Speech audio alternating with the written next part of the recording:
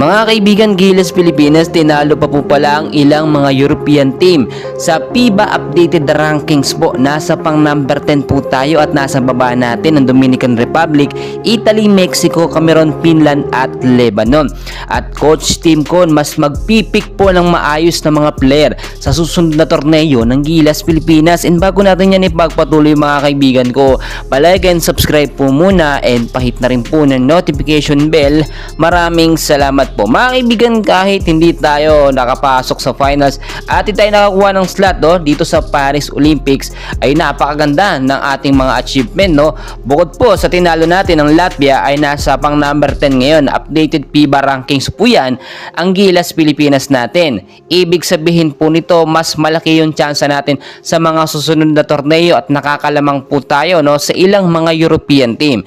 Alam naman natin na talagang nagkamali si Coach Tim Con doon sa sistema, doon sa pangatlong laban nga po natin kontra sa Brazil, dahil hindi talaga nagamit yung ilang mga player.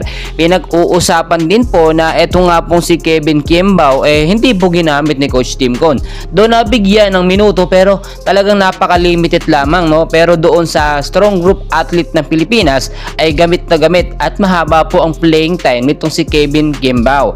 Ang nakikita po kasi natin dito na ginawa sa sistema ni Coach Tim Con mga kaibigan ay yung player na matagal nang magkakasama sa loob, may chemistry at momentum na. Itong si Kevin Kiembao baka hindi alam ang galawan ng ilang mga Gilas player at manibago po. Doon may mga practice naman yan pero hindi po kasi sapat.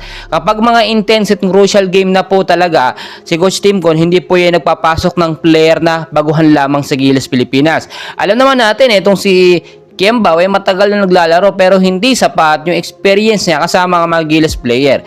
At yung number 1 din naging problema etong sinasabi nila na dapat daw si Kai Sotto pinasok kahit ilang minuto.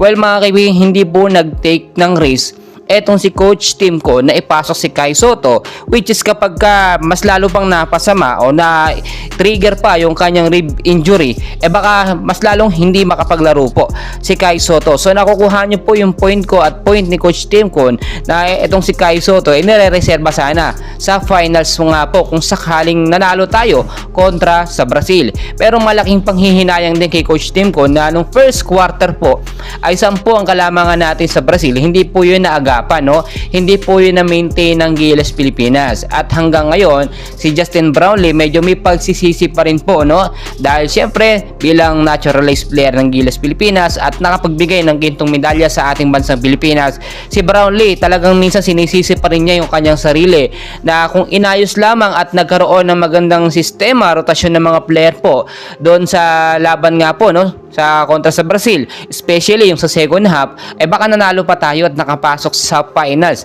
History na ulit po yun mga kaibigan. At kung sakaling ang talagang nanalo tayo, maganda posible tayo magkaroon ng slot sa Olympics pero magagayon man, ginawa naman po ng Gilas Pilipinas ang kanilang lahat ng magagawa natalo man tayo pero ang dami naman nating karangalan na nakuha. Nasa FIBA rank number 10 po tayo. Nagulat yung iba sinasabi bakit daw bigla tayong tumaas ng rankings. Base na rin po yan sa point system na ginawa ng Gilas Pilipinas, especially nung tinambakan po natin ito nga pong kupunan ng Latvia ng almost or 9 points po sa naging unang laban ng Gilas Pilipinas pang rank number 6 po yan. Yun po yung number 1 na nagpataas po sa rankings ng Gilas Pilipinas. So mga kaibigan, i-update ko po kayo muli. Marami pa tayong kaganapan and please huwag niyo pong kalimutan mag-like and subscribe for more Gilas